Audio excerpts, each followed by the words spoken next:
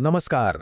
चला, आज आपण 1857च्या उठावाच्या एका अत्यंत महत्त्वाच्या पैलूवर बोलूया, तो म्हणजे धार्मिक कारणांमुळे निर्माण झालेलं विश्वासाचं संकट. एक मोठा प्रश्न पडतो नाही का, की एक संपूर्ण सैन्य जे आपल्या अधिकाऱ्यांप्रती निष्ठावान असायला हवं, ते अचानक आपल्याच मालकांच्या विरोधात कसं काय उभं राहतं? याचं उत्तर खरं तर सोपंही आहे आणि गुंतागुंतीचं आहे. सगळी सुरुवात होते एका छोट्याशा अफवेने आणि मग उडते एक अशी ठिणगी जी बघता बघता वणवा बनते. मग ही जीवघेणी ठिणगी होती तरी काय? तर ती होती ब्रिटिश सैन्यात नुकतीच दाखल झालेली एनफील्ड रायफल आणि तिची ती वादग्रस्त काडतुसं. आता इथेच खरी गंमत आहे. बघा, एकाच गोष्टीकडे बघण्याचे दोन पूर्णपणे वेगळे दृष्टिकोन.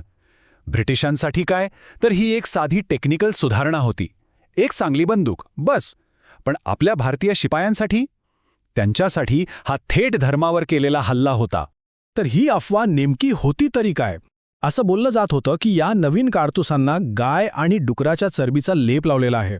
आता विचार करा, हिंदूंसाठी गाय किती पवित्र आहे आणि मुस्लिमांसाठी डुक्कर किती निषिद्ध. आणि सगळ्यात मोठी अडचण ही होती की हे काडतूस बंदुकीत भरताना दातांनी तोडावं लागायचं. म्हणजे काय, तर दोन्ही धर्मांच्या शिपायांसाठी हा त्यांच्या धर्माला भ्रष्ट करण्याचाच एक प्रकार होता.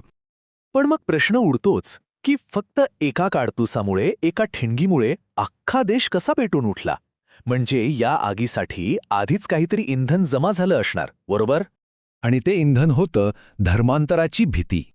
त्या काळात लोकांच्या मनात हे पक्क बसलं होतं की ब्रिटिशांचा एकच उद्देश आहे, तो म्हणजे सगळ्यांना ख्रिश्चन बनवणं.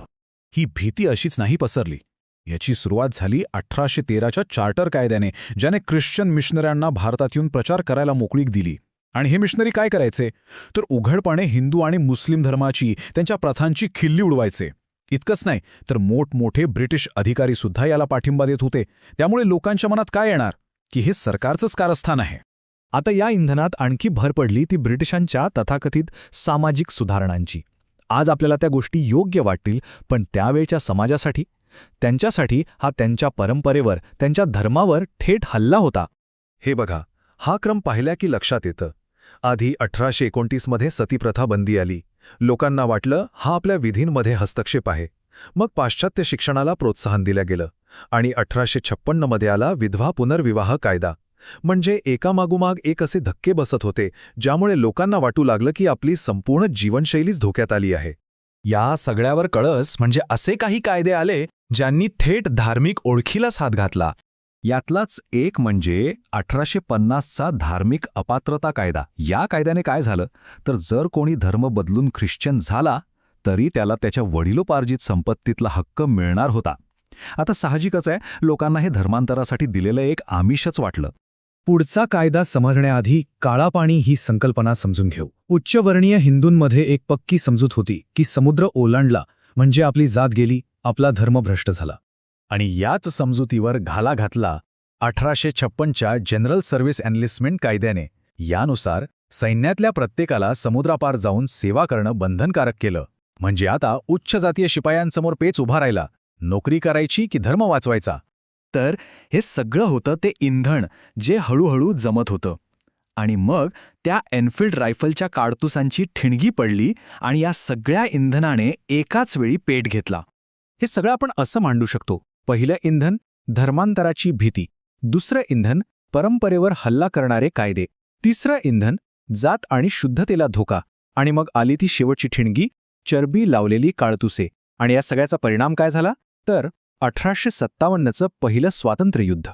हा तक्ता बघा, यात सगळं अगदी स्पष्ट दिसतंय. काडतुसांनी काय केलं, तर तात्पुरतं का होईना हिंदू मुस्लिमांना एकत्र आणलं. कायद्यांनी काय केलं, तर लोकांच्या मनात असुरक्षितता निर्माण केली. आणि मिशनऱ्यांच्या प्रचारामुळे आपला धर्म धोक्यात आहे ही भावना आणखीनच पक्की झाली.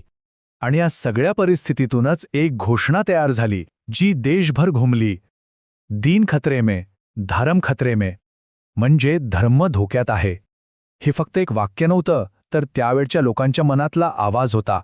आणि शेवटी एक विचार करण्यासारखा प्रश्न, इतिहास हा फक्त घटनांनी घडतो की त्या घटनांमुळे निर्माण होणाऱ्या भीतीने जास्त घडतो? 1857चा उठाव आपल्याला याच प्रश्नावर विचार करायला लावतो.